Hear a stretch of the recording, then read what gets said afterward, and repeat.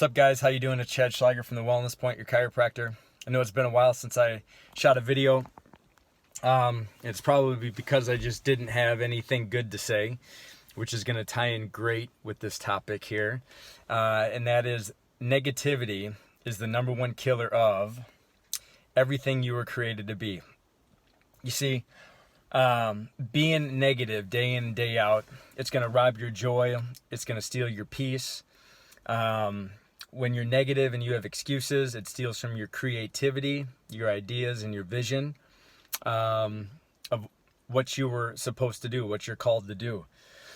And I think the biggest punchline to the whole thing of being negative your whole life, and that it just kills you, is that you don't realize it until you're on your deathbed and you reflect on life and you say, oh, I really wish I would have, but you didn't because you were too busy being negative your whole life.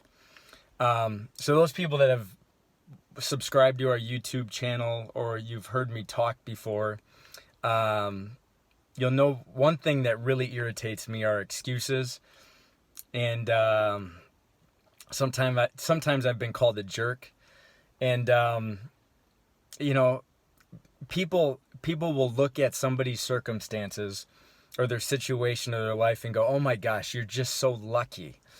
And it irritates me because if you had to overcome the devils and the demons that I had to, you could have my story. You could have my success, whatever that may be, whatever you look at me and perceive that I'm lucky in some aspect of life.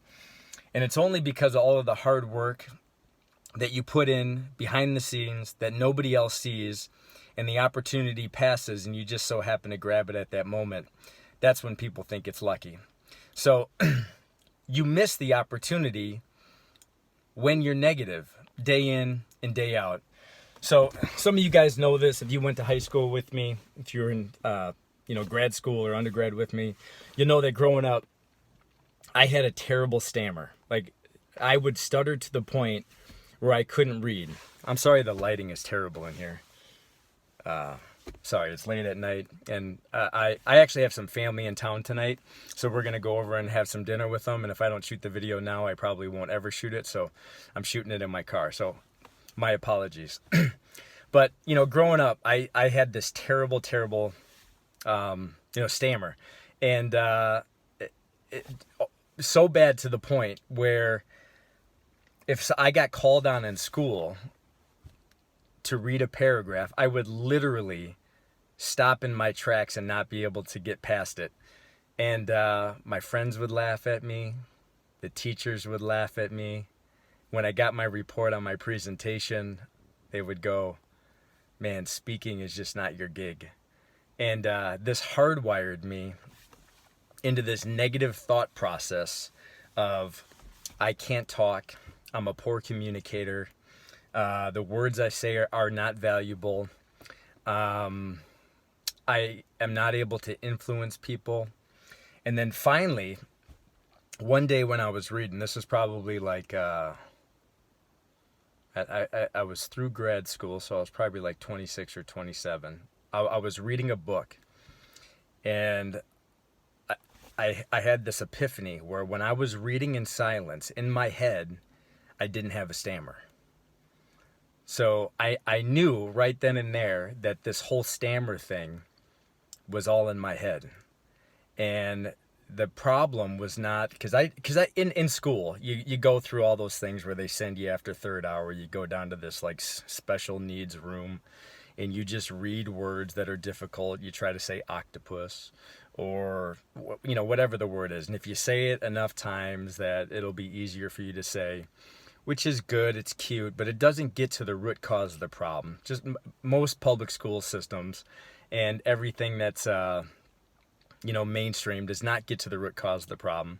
The root cause of the problem, the root cause of stammer, is because of a lack of self-confidence that that child has. It's not because they can't read. It's not because they can't say a word. It's a lack of self-confidence.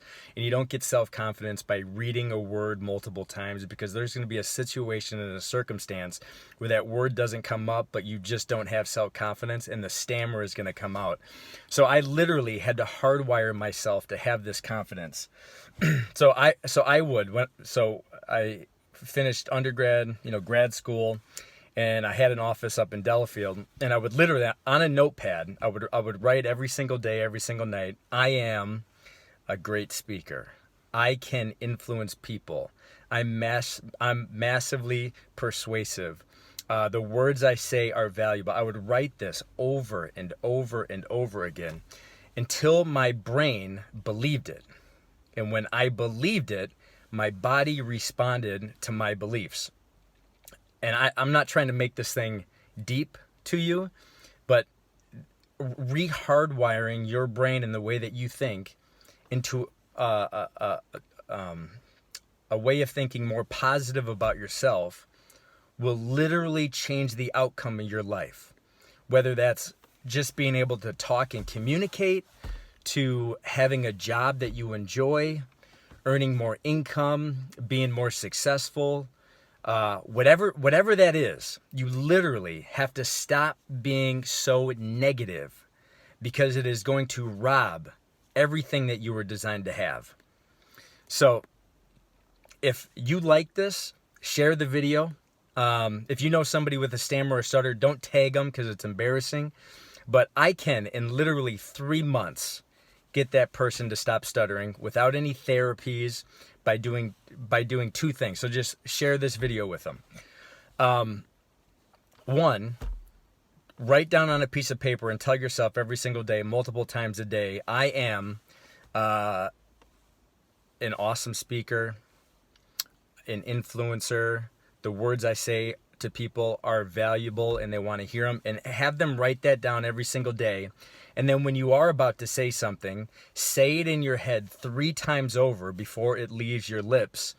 And the more and more you do that, you don't have to take a special class. You do those 2 things for the next 3 months, and I guarantee your stammer will be gone. So thanks for listening. This wasn't a video on how to get rid of a stammer. I don't know why it turned into that. But I guess the point I'm trying to say is that everybody has poor self-talk. It doesn't matter how successful you are.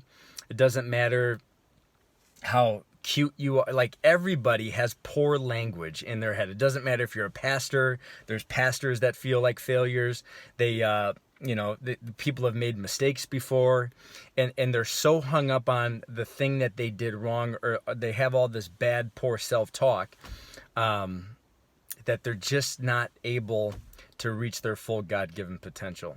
So I think that's what the video was about. I'm sorry it turned into the stammer, but I want to give you a real life example of how that thing works, and you can do it at home. So thanks for listening, and we'll see you soon. God bless.